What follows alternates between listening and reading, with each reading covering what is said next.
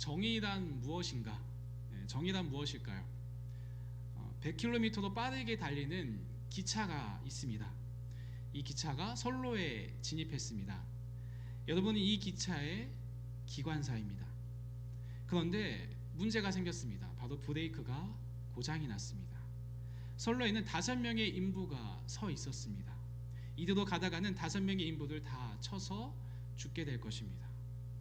그런데 바로 옆에 비상선로 하나가 보입니다. 그 비상선로 끝에는 한 명의 인부만이 일을 하고 있습니다. 이 기차의 기관사로서 여러분은 어떠한 선택을 내리시겠습니까? 한 가지 더 예를 들겠습니다. 여러분은 병원 의사입니다. 6명의 환자가 있습니다. 한 명은 중상이고 5명은 경상 환자입니다. 하루 종일 치료하면 이 한 명의 중상 환자를 살릴 수 있습니다. 그러나 5명의 경상 환자는 죽게 됩니다. 또 반대로 하루 종일 5명의 경상 환자를 치료하면 한 명의 중상 환자는 죽게 됩니다. 의사인 여러분이라면 어떻게 하시겠습니까? 가족들과 함께 이 예배에 참여하고 계시다면 예배를 마친 후에 함께 이야기해봐도 좋을 것 같습니다. 정의란 무엇인가? 미국 하버드 대학교 정치철학 교수인 마이클 샌들 교수가 강의한 책 제목이기도 합니다. EBS에서도 방영한 적이 있는데 그 강의 내용에 등장하는 2가지 사례를 제가 들었습니다. 설교 제목은 듣는 마음을 주옵소서인데 왜 갑자기 정의란 무엇인가에 대해서 이야기를 꺼내는가 하고 의문을 가지시는 분들이 있을 겁니다. 오늘 본문의 내용을 살펴보면서 왜 정의에 대해서 물었는지 확인하시기 바랍니다. 오늘 본문의 배경은 솔로몬이 아버지 다윗 왕을 이어 이스라엘의 왕이 된 직후였습니다. 1000번째 제사를 드린 후 꿈에서 하나님께서 솔로몬에게 말씀하십니다. 내가 너에게 무엇을 줄고 내가 너에게 무엇을 주기를 원하느냐 하고 물으셨을 때 젊은 왕 솔로몬의 답이 오늘 본문에 등장하는 내용입니다. 열왕기상 3장 9절 말씀에 이렇게 이야기합니다. 누가 주의 이 많은 백성을 재판할 수 있사오리이까? 듣는 마음을 종에게 주사 주의 백성을 재판하여 선악을 분별하게 하옵소서. 다윗을 이어 이스라엘의 왕이 된 솔로몬은 수많은 백성을 다스리는 것에 대해 하나님의 도우심을 구합니다. 당시 왕은 백성의 송사를 분별하고 판결해주는 역할도 했었는데 대표적으로 우리가 잘 알고 있는 2 엄마와 한 아기 사건을 여러분도 잘 아실 것입니다. 서로가 그 아기가 우리 아이라고 그 아이의 엄마라고 주장했었을 때 지혜롭게 판결했던 솔로몬의 이야기를 잘 아실 겁니다. 솔로몬은 백성들을 잘 다스리기 위해서 부귀영화나 힘과 권세를 구한 것이 아니었습니다. 듣는 마음을 구했습니다. 동일한 내용을 다른 성경 본문에서는 이렇게 말씀합니다. 시편 72편 1절 말씀입니다. 하나님이여 주의 판단력을 왕에게 주시고 주의 공의를 왕의 아들에게 주소서. 이 시편 72편은 솔로몬의 대표적인 시입니다. 여기서 솔로몬은 주의 판단력을 구합니다. 원어로는 미슈파트, 판결하다, 재판하다는 뜻을 가지고 있습니다. 하나님께서 판단하듯이, 하나님께서 재판하듯이 내가 판결할 수 있는 판단력을 지금 솔로몬은 구하고 있는 것입니다. 우리가 읽은 본문에는 듣는 마음이라고 나타나 있지만 그 문맥과 내용을 살펴보면 많은 백성들의 송사 문제를 올바르게 판단할 수 있도록 지혜를 구하고 있습니다.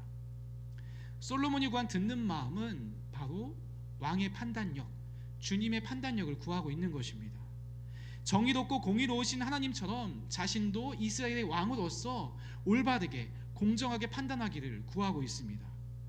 올바른 판단을 위해서는 바로 올바른 기준이 필요합니다. 기준이 잘못되면 아무리 머리를 쓰고 지혜를 구한다 한들 그 결정은 잘못될 수밖에 없습니다.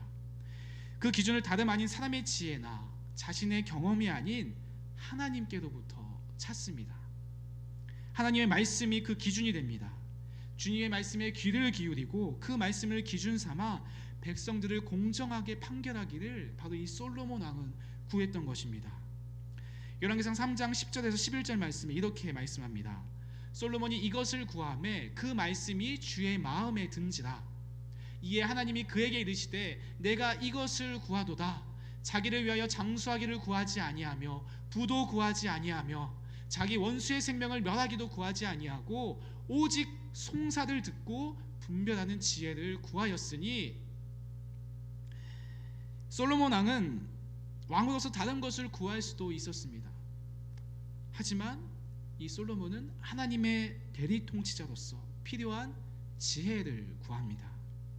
장수함, 오래 사는 것을 구하지도 않고 원수의 대적의 그 멸망을 구하지도 아니했고 백성들을 바르게 다스리는, 그리고 백성에 군림하는 통치자가 아니라 청지기적 왕의 역할을 수행하기를 구했던 것입니다. 그러한 솔로몬의 태도를 하나님께서 기쁘게 받으셨다고 말씀합니다. 하나님께서 통치하시는 이스라엘 나라의 대리 통치자로 살아가는 것이 바로 솔로몬 왕의 역할이었다면, 하나님께서 다스리시는 하나님 나라의 백성으로 청지기의 역할을 수행하는 것이 바로 저와 여러분의 모습입니다. 신약에서는 천국, 하나님 나라라고 직접적으로 언급하지만 구약에서는 직접적으로 천국과 하나님 나라를 언급하는 곳은 찾아보기가 힘듭니다. 구약에서는 하나님의 통치와 다스리심을 하나님 나라로 표현하고 있습니다. 하나님의 통치를 구현하는 것, 다스림을 구현하는 것은 이스라엘의 왕으로 세워진 자들이 해야 할 역할이었습니다. 왕을 통해서 하나님께서 통치하시고 다스리심을 나타내시고자 하신 것이 바로 하나님의 뜻과 계획이었던 것이죠. 왕을 통한 하나님의 대리 통치, 청지기로서의 대리 통치를 보여주기를 원하셨던 것입니다. 하나님의 통치는 정의와 공의, 히브리어로 체다카와 미슈파트로 말할 수 있습니다. 정의와 공의로 통치하는 것이 바로 하나님 나라의 모습입니다. 다윗 왕에 이어서 이스라엘을 통치하는 왕에게 요구되었던 모습을 바로 이 솔로몬 왕은 하나님께 구했기에 하나님께서 기쁘게 받으셨던 것입니다. 우리가 이 솔로몬의 기도를 통해서 발견할 수 있는 것 한 가지는 100% 응답되는 기도가 있다는 것입니다. 주님의 뜻대로 구하는 기도입니다. 솔로몬이 구했던 것은 자기의 영화나 자기의 능력이나 자기가 드러나는 것을 구했던 것이 아닙니다. 하나님의 뜻대로, 하나님의 말씀대로 정의와 공의가 살아있는 나라로 다스리기를 구했습니다. 이 세상을 하나님께서 허락하신 백성들을 올바르게 다스리는 것, 하나님의 뜻대로 다스리는 것을 구했을 때 바로 그의 기도가 응답된 것입니다. 그리고 열왕기상 10장에 보면 이웃나라 스바 여왕이 찾아와서 솔로몬의 지혜까지 칭찬하는 모습을 우리는 성경 말씀을 통해 찾아볼 수 있습니다. 열왕기상 3장 13절 말씀입니다. 내가 구하지 아니한 부귀와 영광도 내게 주노니 내 평생의 왕들 중에 너와 같은 자가 없을 것이라. 솔로몬의 기도에 기뻐하신 하나님께서는 구하지 않은 다른 것들도 솔로몬에게 허락해 주십니다. 부귀도 주시고 영광도 주시고 평생의 왕들 중에 솔로몬과 같은 자가 없도록 하시겠다고 하나님께서 말씀해 주십니다. 복을 더해 주시는 것이죠. 우리가 이 말씀을 그대로 일반화시킬 수는 없습니다. 하지만 우리가 하나님 앞에 구해야 하는 태도, 우리가 구해야 할 것이 무엇인가를 한 번 더 생각해 보게 됩니다. 하나님께 지혜를 구했던 솔로몬이 마지막까지 그 초심을 유지했다면, 마지막까지 죽는 그 순간까지 저에게 듣는 마음을 주옵소서 하고 구했다면 참 좋았겠지만 우리가 알고 있듯이 그의 말년은 그렇게 평탄하지 못했습니다. 바로 솔로몬 왕이 마음이 변하고 타락에 이르게 됩니다. 열왕기상 11장 3절 말씀입니다. 왕은 후궁이 700명이요 첩이 300명이다. 그의 여인들이 왕의 마음을 돌아서게 하였더라. 많은 여인을 두었던 솔로몬은 그의 마음이 하나님에게서 점점 멀어지게 되었습니다. 정치적인 선택으로 그것을 했는지는 모르겠지만 그가 하나님 말씀을 듣기보다 그 여인들의 말을 쫓아 우상을 섬기고 산당을 많이 세웠다는 내용들이 이 11장에 등장하고 있습니다. 11장 10절과 11절 말씀입니다. 이 일에 대하여 명령하사 다른 신을 따르지 말라 하셨으니 그가 여호와의 명령을 지키지 않았으므로 여호와께서 솔로몬에게 말씀하시되 내게 이러한 일이 있었고 또 내가 내 언약과 내가 내게 명령한 법도를 지키지 아니하였으니 내가 반드시 이 나라를 내게서 빼앗아 내 신하에게 주리라. 솔로몬이 처음에 구했던 그 듣는 마음이 듣지 않는 마음으로 변합니다. 하나님을 따르고 하나님의 뜻대로 살아가겠다던 지혜로운 왕 솔로몬이 어쩌다 이렇게 변하게 되었을까요? 하나님께 듣는 마음을 구하지 않고 그 마음이 하나님에게서 떠나가게 되었을 때 그는 여느 왕과 다르지 않았습니다. 솔로몬이 들어야 할 것을 듣지 않고 다른 여인들의 목소리를 들었을 때 하나님과의 관계가 점점 멀어지게 되었습니다. 오늘을 살고 있는 저와 여러분의 모습은 어떨까요? 우리의 모습은 어떻습니까? 하나님 말씀을 듣는 것을 듣기를 사모하고 계십니까? 아니면 다른 어떤 주변의 많은 소리에 더 많은 마음을 빼앗기고 살아가고 있지 않으십니까? 우리가 살아가는 환경은 갈수록 더 복잡하고 빨라지면서 수많은 소리들, 수많은 이야기를 듣습니다. 오늘 하루도 여러분 수많은 무수한 이야기와 뉴스들을 접하셨을 것입니다. 안 들어도 되는 이야기를 듣기도 하고 확인되지 않은 내용들이 유튜브와 같은 영상을 통해서 지금도 흘러나오고 있습니다. 우리가 들어야 할 소리, 우리가 정말로 집중하고 놓치지 말아야 할 그 소리는, 그 말씀은 무엇일까요? 저도 자녀를 키우고 있지만 여러분 중에 자녀를 키우시는 분, 또 키워보신 분들 많이 계실 겁니다. 자녀를 키우다 보면 걱정이 될 때가 한두 가지가 아닙니다. 자녀를 수십 번, 수백 번 키워본 경험이 있는 것이 아니다 보니 주변의 작은 이야기나 어떤 전문가의 의견이 있다면 그것에 마음이 빼앗기기도 하고 그것에 마음이 쏠리기도 합니다. 자녀 교육을 하면서도 남들이 학원을 3-4개씩 보내야 한다는 이야기를 듣다 보면 우리 자녀도, 우리 아들, 딸도 3-4개를 보내야 되지 않을까라는 마음이 생기기도 합니다. 나는 부족한 부모가 되지 않을까라는 걱정을 하기도 하죠. 우리는 끊임없이 결정하고 선택해야 하지만 무엇이 바른 것인지, 무엇이 더 옳은 것인지, 무엇이 더 좋은 것인지 헷갈리고 어려울 때가 참 많습니다. 올바른 판단이 서지 않을 때가 너무 우리 주변에 많다는 것이죠. 지나고 보면 은혜라는 고백이 나오기는 하지만 막상 그 상황과 그 환경에 들어가다 보면 무엇이 옳은 판단인지, 무엇이 옳은 결정인지 너무나 힘들 때가 있습니다. 무엇이 옳은가에 대한 부분은 우리 주변에 있는 교회에서도 찾아볼 수 있습니다. 모두가 동일하게 한 번씩 돌아가며 청소를 해야 하는가? 상황과 형편을 고려하면 일부 어떤 사람들은 청소를 할 수 없는 여건이 있는 분들도 있습니다. 그런 사람들을 배려해 주어야 하는가 같은 일들이 우리 주변에도 얼마든지 벌어질 수 있는 것입니다. 누구나 다 사정이 있기 때문에 공평하게 한 번씩 돌아가야 한다는 의견도 있고, 하지만 그런 사람들 배려해서 내가 한 번 더 봉사하겠다는 사람들도 있습니다. 이러한 경우에 어떻게 하는 것이 좋을지 고민이 될 때가 있습니다. 구제를 하거나 남을 도와보신 분들은 돕는 일이 결코 쉽지 않다는 것을 아실 겁니다. 돕는 기준을 정하는 것, 그리고 지급하는 물품의 양이나 금액을 정하는 일, 형편과 상황이 각각 다르고 애매한 부분이 너무나 많이 있습니다. 그럴 때 우리는 어떤 기준을 정해서 도와야 할지, 누구는 돕고 누구는 돕지 말아야 할지 머리가 아프기도 합니다. 좋은 일을 위한 것임에도 그 선택과 결정에 있어서 판단이 잘 안 서는 일들이 우리 주변에 부지기수로 존재합니다. 우리가 지금 겪고 있는 이 코로나의 일상들, 코로나가 우리의 삶에 가져다준 여러 가지 변화들이 있습니다. 그 속에서 우리는 지금도 온라인 예배를 경험하고 그리고 사회적 거리두기를 실천하며 살아갑니다.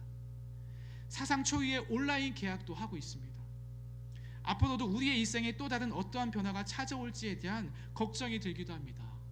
언제 어떠한 변화가 일어날지 앞을 예측하기가 쉽지 않습니다. 이렇게 어려운 시기를 겪고 있고 또 앞으로 어떠한 일들이 벌어질지 모르는 그 상황 가운데서 우리는 무엇을 마음의 중심을 두고 살아가야 할지 고민이 될 때가 참 많습니다. 우리가 정말로 중심에 두고 살아가야 할 그 기준, 그것은 무엇일까요? 하나님의 말씀이 중심이 되지 않는다면 우리의 삶은 계속해서 흔들릴 수밖에 없습니다. 우리 삶 속에 들려오는 다양한 이야기는 절대적인 진리가 아니라 언제든 변할 수 있는 것들이 대부분이기 때문입니다. 누가 온라인 개혁을 할 줄 상상이나 했겠습니까? 누가 이렇게 2달 동안 마스크를 쓸 줄 상상이나 했겠습니까? 누가 이렇게 온라인 예배를 드릴 줄 생각이나 해봤겠습니까? 계속 우리의 일상 가운데 변화는 찾아옵니다. 하지만 하나님의 말씀은 결코 변하지 않습니다. 풀은 마르고 꽃은 시들지만 주의 말씀은 영원합니다. 주의 말씀을 그 시대에 맞게, 우리가 살고 있는 그 시대와 상황에 맞게 분별하여 해석하고 적용하며 살아가고 결단과 선택을 해 나가는 것이 바로 이 시대를 살고 있는 우리의 몫인 것 같습니다. 우리의 삶과 신앙의 중심이 하나님의 말씀이 되지 않으면 우리는 끊임없이 요동칠 수밖에 없습니다. 일희일비하지 않는 신앙의 모습이 필요합니다. 그 신앙의 모습을 갖기 위해서 우리가 구해야 할 것은 무엇일까요? 잘 될 때면 하나님의 은혜라고 감사하다가도 일이 잘 안 되고 뭔가 뜻대로 되지 않으면 하나님은 어디 계시는가? 하나님은 나를 버리셨는가? 하나님을 떠나 방황하려는 우리의 모습이 있다면 거기서 결코 머무르지 마시고 포기하지 말고 하나님께 더 가까이 나아가시기 바랍니다.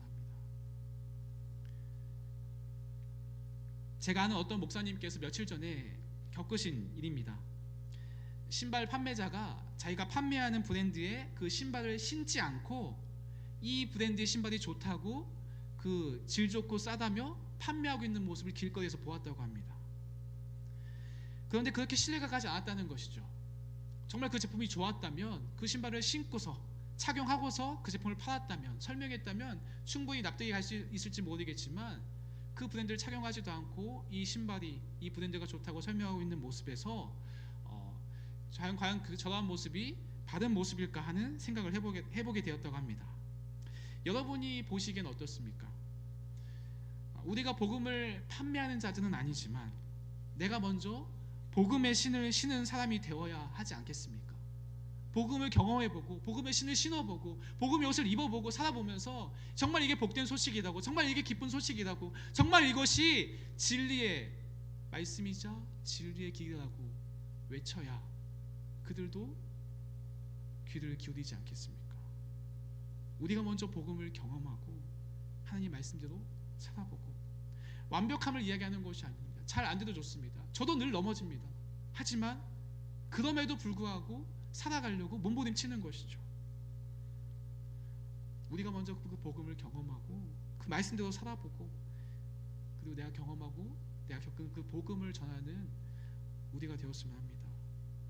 우리가 하나님의 말씀을 먼저 듣고 그렇게 살아가면서 다른 이들에게도 이것이 정말 진리라고 당당하게 외칠 수 있었으면 좋겠습니다. 여러분, 유대인 아이들은 5살이 되면은 가장 먼저 성경을 배운다고 합니다. 어떤 책을 먼저 배울까요?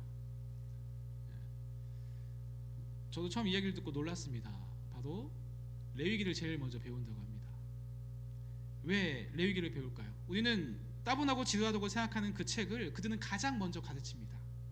법을 가르치기 위해서가 아니라 그것은 정체성에 관한 문제이기 때문입니다. 내가 누구인가? 우리가 누구인가? 단순히 율법, 법에 관한 책이 레위기가 아니라 우리가 누구이며 우리가 왜 이런 법을 따르는지, 이 법을 주신 분이 누구인지, 우리의 정체성이 누구인지를 알려주는 것이 바로 그 레위기, 율법에 담겨있기 때문입니다. 주일 담임 목사님 설교에서처럼 믿음이 이깁니다. 우리가 믿는 그 믿음은 언제든지 변할 수 있는 그 믿음이 아닙니다.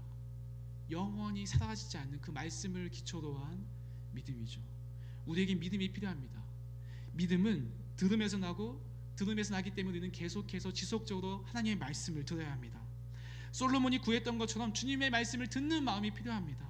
주님의 말씀을 기준 삼아 청지기로서 내가 있는 그 자리에서, 그 위치에서 어떠한 역할을 감당하는 것이 끊임없이 묻고 되뇌이면서 살아가야 하는 것이죠. 우리가 솔로몬과 같은 왕은 아닙니다. 하지만 하나님께서 우리의 왕이시기 때문에, 그리고 우리가 그분의 자녀이기 때문에 우리는 왕의 자녀답게 살아가야 하는 것이죠. 왕의 자녀답게 살아간다는 것은 하나님 나라의 신분에 합당하게 살아가는 것입니다. 바울이 고백했던 것처럼 우리의 시민권은 이 땅에 있는 것이 아니라 하늘에 있기 때문에 하늘의 시민권을 가지고 이 땅 가운데 하나님의 대리 통치자로서 살아가는 것입니다. 그래서 우리가 정의와 공의를 쫓아 살아가라고 하나님께서 말씀하시는 것이죠. 솔로몬은 결국 실패했습니다. 하지만 그것을 예수 그리스도께서 성취하셨습니다. 예수님께서는 온전히 하나님 아버지의 뜻대로 말씀하시고 가르치시고 고치시며 전하시고 그렇게 행하셨습니다. 세족식을 통해서 너희도 이와 같이 하라고 말씀하셨습니다. 너희는 이렇게 기도하라 말씀하시며 주기도문을 가르치셨습니다. 너희도 사랑하라고 말씀하시면서 새 계명을 우리에게 주셨습니다. 예수님께서 철저히 하나님 아버지의 뜻대로 순종함으로 나아갔습니다. 이 순종하다는 말을 주로 번역하는 히브리어 단어가 샤마 베콜이라는 단어가 있습니다. 말 그대로 풀이하면 누군가의 목소리를 듣다입니다. 어떤 소리에 주의를 기울이는 것, 어떤 말을 이해하는 것, 그 말에 따라 행동하는 것으로 생각해 볼 수 있습니다. 이 세 가지 중 하나라도 빠진다면 들었다고 할 수 없습니다. 듣는 마음을 구한다는 것은 듣기만 한다는 것이 아니라 듣고 판단하며 선택하고 결정해서 삶의 자리까지 행동함을 말합니다. 순종함으로 나아가는 것까지가 바로 듣는 마음입니다. 바꿔 말하면 우리의 삶의 적용까지 나아가야 한다는 것이죠.